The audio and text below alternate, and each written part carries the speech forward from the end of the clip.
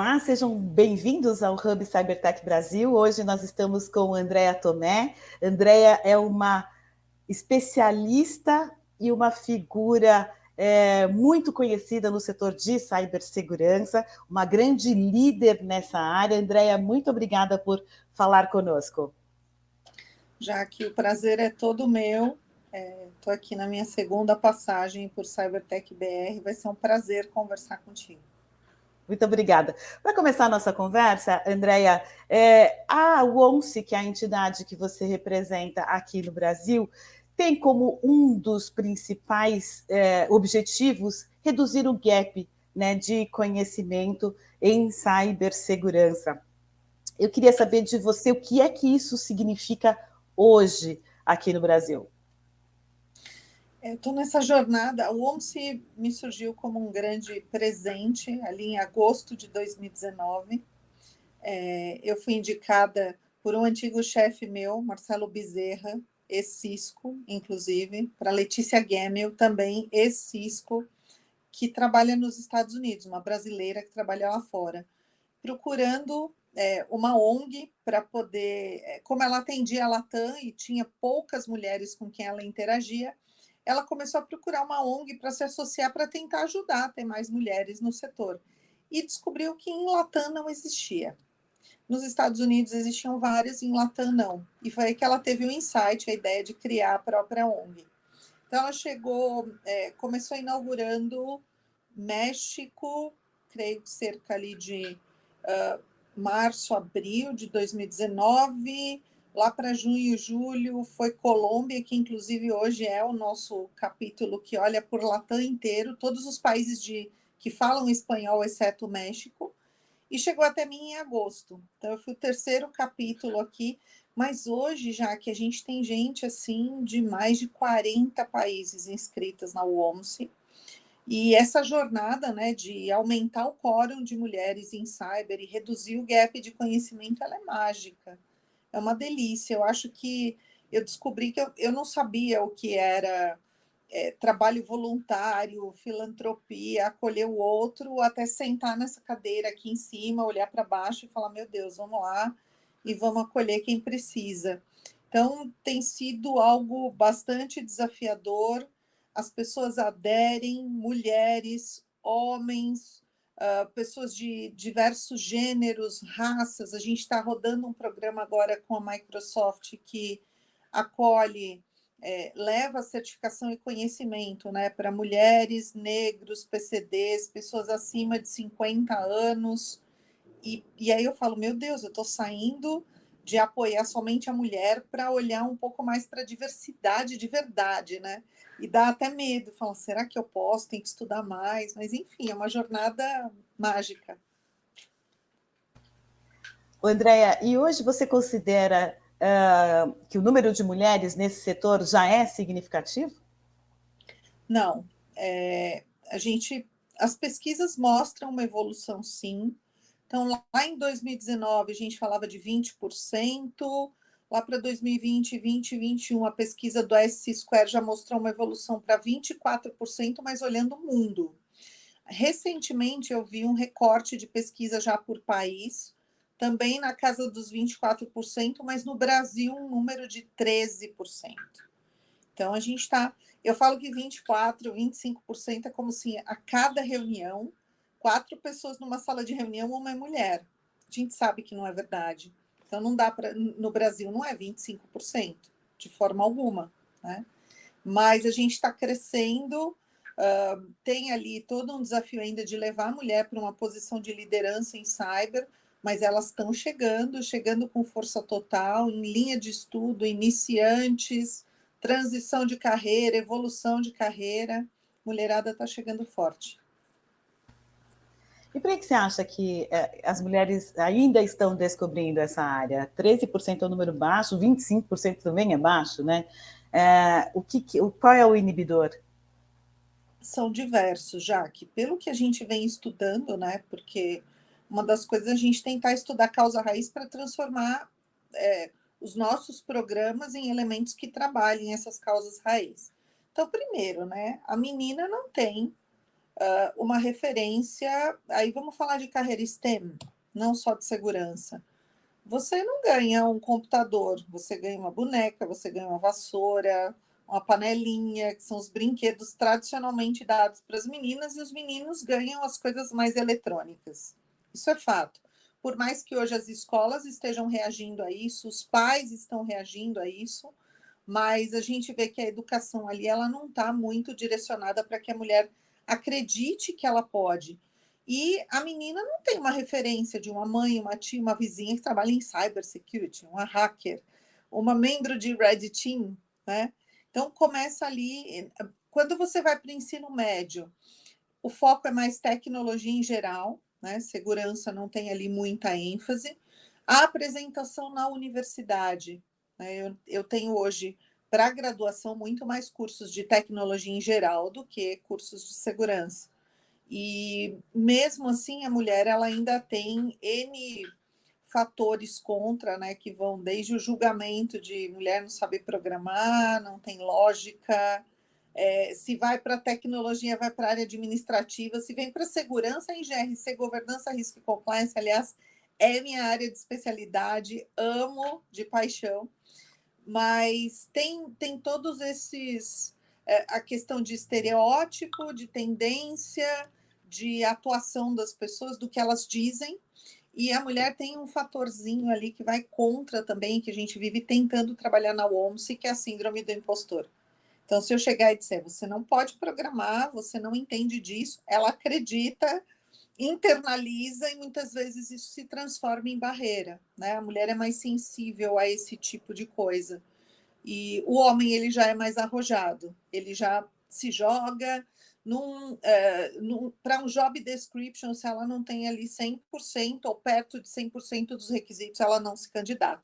O homem já se candidata com muito menos. Então, esses fatores acabam influenciando essa questão dos índices em minoria da mulher em cybersecurity. E há como mudar esse cenário? Assim, além esse trabalho formiguinha, eu acredito que vai demorar além do que o mercado necessita, né? A gente fala hoje em tecnologia de um gap que pode chegar a 1 milhão de profissionais em 2030, né? Segundo a McKinsey. Em cyber eu não tenho esse número, mas eu acredito que também seja grande e que o trabalho formiguinha não seja suficiente. Dá para fazer um trabalho no atacado? O número para cyber, a última pesquisa do S-Square mostra que a gente tem 3 milhões e 600 mil vagas no mundo em aberto, sem colocação, esperando por nós. No Brasil, a gente está falando ali de cerca de 450 mil. Olha que loucura. Então, assim, eu diria que dá para virar o jogo à medida em que a gente puder. Primeiro, conversar com os homens, conversar com quem recruta, conversar com recrutadores. Eu acho que muitas vezes a gente assimila o problema e não conversa. Por isso que a OMS é uma ONG feminista, mas não separatista. 50% do meu quórum de voluntários são homens. E muitos deles vão lá para ajudar de verdade, para aprender e para entender o que é diversidade, porque eu pergunto, o que você está fazendo aqui? O que você vai fazer numa ONG feminista? E eles me respondem, eu tenho mãe, tenho filha, tenho esposa, me incomodo com reuniões sem diversidade, onde eu trabalho só com homens, sou cobrado por índices de diversidade, tenho que contratar mulheres e quero aprender com vocês. E contribuem muito conosco. Então, eu acho que é a comunicação clara, né? E a questão, não sei, eu vejo hoje aspectos e situações machistas muito escondidas, né? Eu acho que se a gente trouxer um tanto mais a comunicação e tiver voz ativa para falar sobre isso, a gente vai conseguir reduzir. Com relação às vagas, elas estão aí, gente. É a oportunidade. 3 milhões e 600 mil é muita para quem quer carreira internacional, para quem quer no Brasil, em Latam. Então, é uma questão de aproveitar. O cenário está propício para que a gente torne a área um tanto mais diversa, né? mas para isso a gente precisa fazer um trabalho de disseminação, de divulgação, de empoderamento da mulher para ela acreditar que pode, e inclusive de população de mulheres em vagas de áreas que ela não acredita que pode. Então não tem essa de que mulher só vai para governança, risco e compliance. Aliás, é complexo para caramba trabalhar nessa área, que é a área onde eu trabalho há mais de 28 anos. A mulher pode ser de Red Team, sim. A mulher pode assumir uma posição de desenvolvimento seguro com DevSecOps, né? A gente tem levado isso para o mercado. Que skills eu preciso para estar em outras áreas que não só área administrativa ou comercial ou de marketing, como mulher dentro de segurança da informação. E onde é que a ONCE vai buscar essas mulheres, vai conversar com essas mulheres? O mercado inteiro. A gente começou assim, sem saber muito o que ia acontecer, né? Nós não fizemos uma mega campanha, uma coisa que vamos fazer um trabalho de captar mulheres. Não, a gente simplesmente começou a falar do projeto, isso em Latam inteiro, e elas começaram a chegar. Então, hoje no Brasil, nós somos mais de 800 voluntários. Em Latam, nós somos mais de 2.000. Quando junta ali México, o capítulo da Colômbia que olha para todos os países de habla hispânica, e o nosso headquarter é nos Estados Unidos. Então, por mais que a gente faça um trabalho para a Latam, nos Estados Unidos eu tenho ali o nosso grande celeiro de alianças. É onde a gente conversa ali com o headquarter de grandes empresas de tecnologia que compram a nossa ideia. E eu diria já que levando mesmo a palavra, participando de iniciativas como essa, que você está me proporcionando, esse tipo de canal para a gente é muito rico, né? Chega às vezes até o coraçãozinho ali de alguém que precisa, de alguém que está precisando de conhecimento, de empoderamento ou de coragem, simplesmente coragem, porque as mulheres são muito talentosas. Mas esse boca a boca, ele ganhou um potencial interessantíssimo na pandemia. Eu lembro que eu fiz um evento presencial da UOMSE nas instalações do Itaú uma semana antes do lockdown. Entrou o lockdown, aí a gente começou a aprender a fazer um trabalho online e remoto. E fomos aí com o nosso programa UOMSE Talks, né, a série Live Talks, com muita força ao mercado, e as pessoas só começaram a chegar, Jaque. É assim que a gente trabalha, e além de palestras, né, a gente tem programas de mentoria, as academias, que é onde a gente leva conhecimento, inclusive vouchers de certificação. Já tivemos academias, mais de um ano, academia Cisco, com Cisco Net Acad, tem uma academia WOMSE ali, academia Fortinet, hoje estamos rodando a academia Microsoft. Então, esse é o nosso papel, trazer conhecimento, ter alianças importantes e chegar até quem precisa. E esses também são caminhos para quem está procurando entrar nessa área, né, Andréa?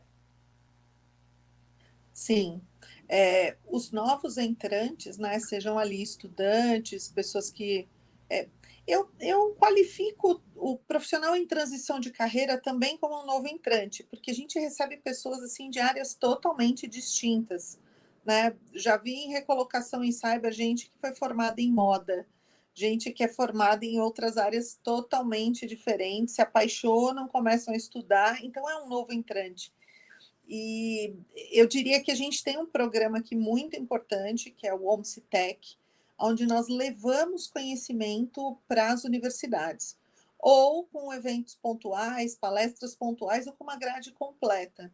A gente procura ali o coordenador de curso, entende o que tem na grade curricular daquele curso, o que falta ênfase, e levamos especialistas ali, passamos um sábado inteiro só levando conhecimento em cyber para quem precisa, em termos ali de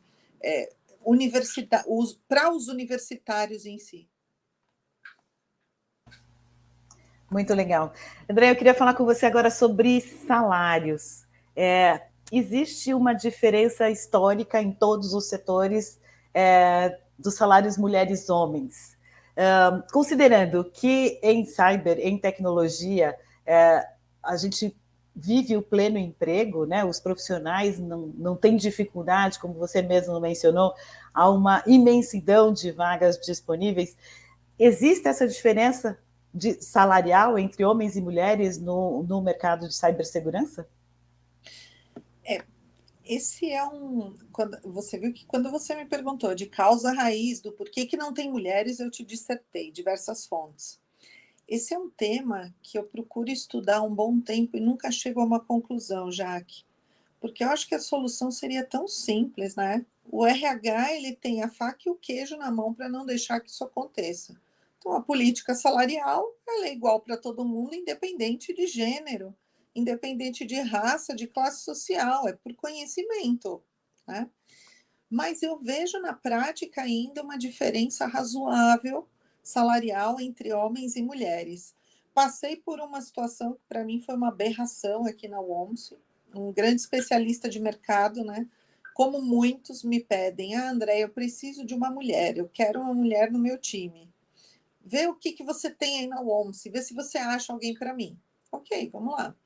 Mas por que você precisa de uma mulher? Né? Porque às vezes eu pergunto qual é a posição, o que você precisa, por que mulher? E neste momento o rapaz me respondeu, porque a vaga que eu tenho, o salário é meio baixo, os homens não estão aceitando. Isso foi para mim assim um divisor de águas entre o que é mito e o que é realidade, a realidade caindo assim como uma bomba na minha cabeça, de meu Deus do céu. Eu não tenho hoje uma fonte pública para dizer publique o seu salário, tá? Nem ali você tem alguns sites, né, onde você de alguma forma coloca qual é o seu salário, mas ele não está separando ali muito por gênero, nem faz apologia a isso, né? Quando você consulta ali, ele fala por cargo, ó, esse cargo normalmente o salário vai de tanto a tanto, e não fala que é por gênero, mas isso é uma coisa que me incomoda, sabe? Eu acho que assim, para quem está de alguma forma se candidatando a uma vaga, vão me oferecer um salário, eu vou ver se aquilo está em linha com o que eu acredito que é o nível da minha responsabilidade, eu vou aceitar, não vou olhar se meu amigo homem está ganhando 15, 20% a mais. Eu não tenho fonte para isso, eu não...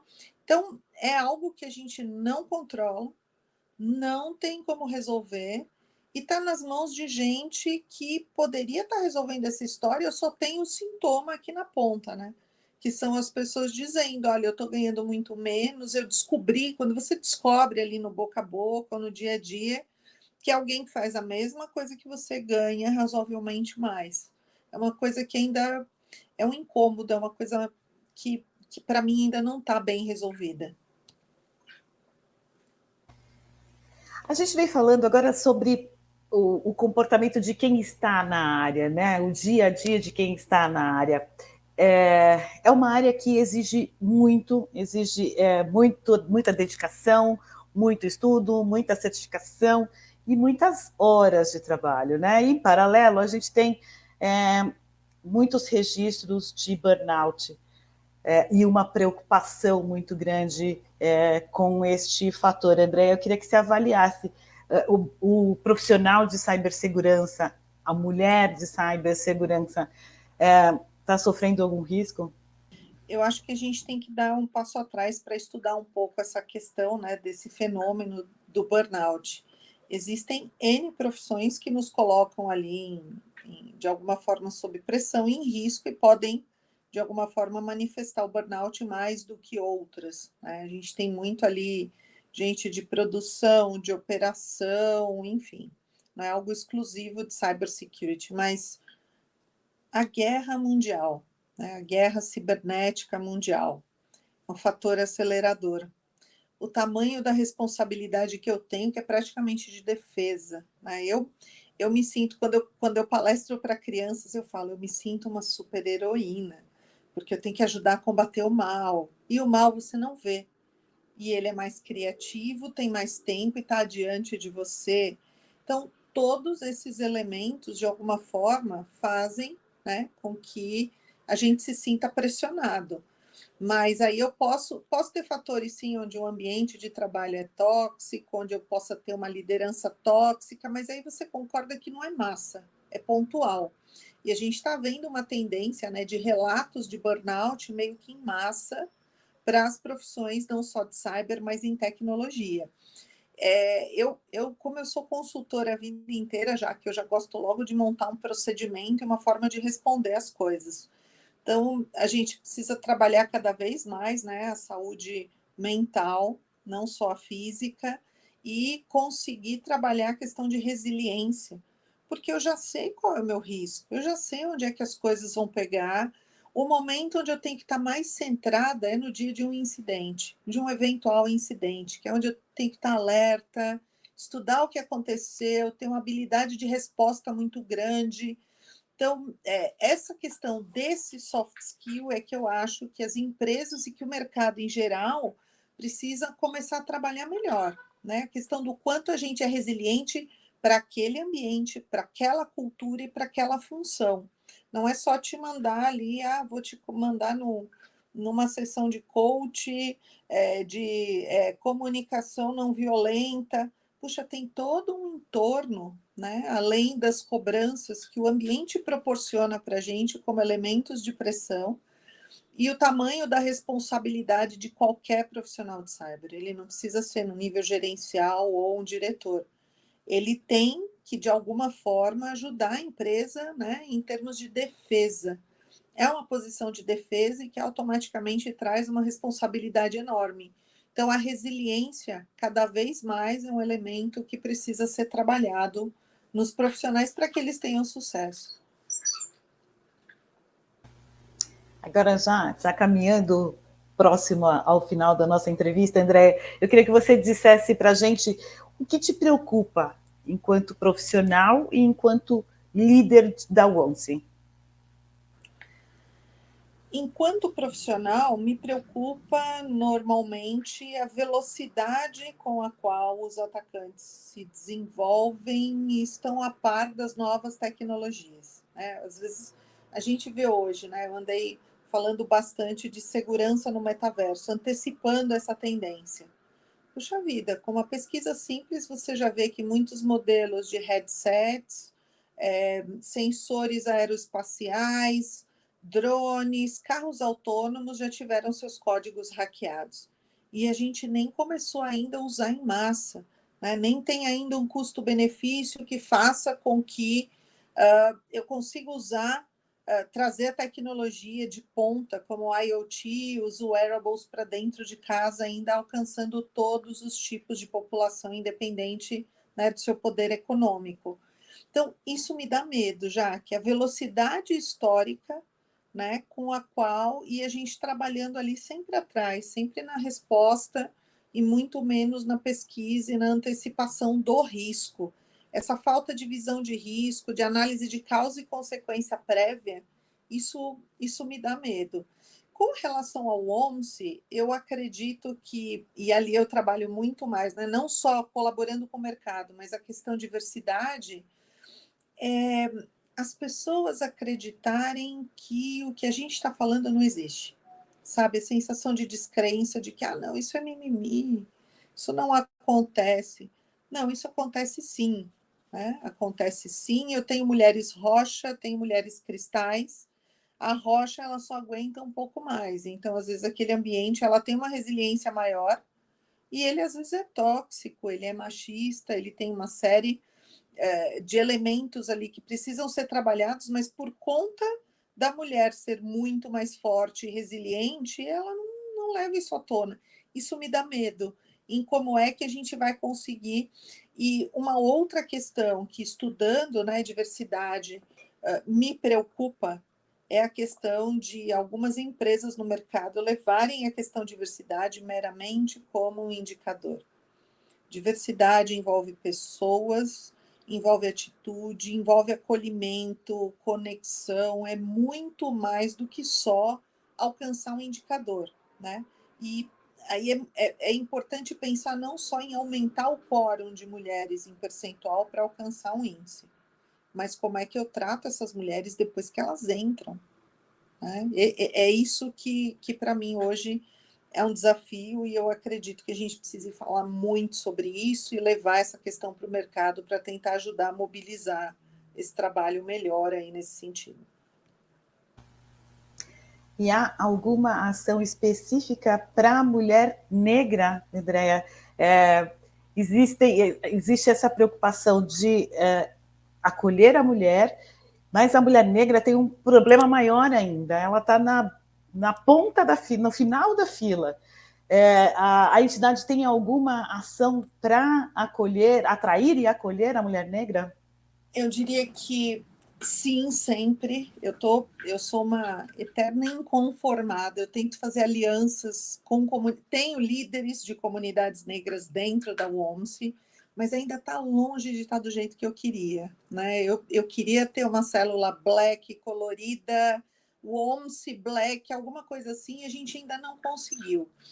E eu avalio que eu tenho muitos negros. Recentemente, nesse programa da Microsoft, a gente começou a estudar um pouco mais a questão de, puxa, eu estou com um score, né, com um índice de negros baixo nas inscrições. Fui lá, chamei ali algumas comunidades, como a Afrobeat, N outras comunidades para negros, fizemos uma turma dedicada e as inscrições bombaram. Eu falei, puxa, a questão é ambiente seguro, a pessoa conseguir saber que ela vai chegar lá e vai poder fazer pergunta, tá com semelhante e não vai ficar ali ouvindo o nosso racismo estrutural, né, que para alguns é proposital, para outros, no meu caso, não é a questão proposital, mas a gente tem um racismo estrutural que precisa ser trabalhado. Então, é algo que me preocupa bastante. Quando eu consigo chegar com um programa como esse da Microsoft, eu podia simplesmente, né, vamos lá buscar o meu índice, eu já tenho um índice legal ali, bem considerável para mulheres, e dizer, bom, o PCD é o que chegou, os negros são os que chegaram, os acima de 50. Não, a gente fica ali fazendo ações para tentar subir esses índices e dar oportunidade, e a gente, graças a Deus, tem algumas alianças, porque assume que não consegue fazer isso bem, não consegue ter o linguajar ainda envolvente, né? Mas é algo que me incomoda, que eu quero chegar adiante, quero ter mais gente aqui, e a mulher negra, eu diria o seguinte, eu tenho um trunfo, eu tenho 3.600.000 vagas, e do outro lado eu tenho outro trunfo, que é o conhecimento e a vontade de levar conhecimento. Então eu sempre digo, né, para as líderes, eu conheci algumas líderes maravilhosas para comunidades só focadas a homens e mulheres negros ou mulheres. Eu digo, eu não vou para o seu grupo para ser uma ativista de diversidade, você fala sobre isso melhor do que eu. Mas eu manjo de cyber, traga o teu pessoal para mim, que a gente vai trazer o conhecimento e ajudá-los a ter alguma oportunidade de mercado nesse sentido, com esse tipo de, nesta área e com esse tipo de conhecimento. É isso que a gente tenta fazer aqui na UOMSE em termos de atratividade, que ainda está longe do que eu gostaria, mas já evoluímos bastante. Maravilha, espero que a gente ajude fazer com que essa mensagem chegue o mais longe possível. Para finalizar, Andréa, eu queria que você deixasse aqui uma mensagem para as meninas, né? A gente está começando o ano, as meninas estão começando na graduação, uma mensagem para estimulá-las a seguir essa carreira. Antes de ser líder da UOMSE, né, de ser ativista para a diversidade para as mulheres, eu sou uma profissional com 29 anos de carreira. Então, eu já vi mulheres fazerem coisas assim que todo mundo duvidava, né? Eu já vi mulheres entregarem coisas muito além do que se esperava em termos de qualidade. Então, eu diria o seguinte, meninas, acreditem no seu potencial, né? Tem que traçar uma rota, entender aonde vocês querem chegar e trazer para esse caminho os elementos que te levem aí para o resultado. Então, eu diria que é o exemplo da Letícia, que fundou o OMSE, que lá atrás foi procurar uma semelhante, né? Foi procurar uma ONG onde pudesse conversar com outras mulheres que também são minoria, que procurem associações, né? Que procurem associações que ajudem ou a sua classe social, ou a sua raça, ou o seu gênero, para te ajudar a chegar mais rápido ali no seu objetivo. Essa é a minha mensagem para as meninas, jovens e profissionais, Jaque. Super obrigada, Andréia, maravilhosa essa conversa. Espero que você volte a falar com a gente mais vezes e traga aí a sua contribuição para o setor. Muito obrigada. Eu é que agradeço, Jaque.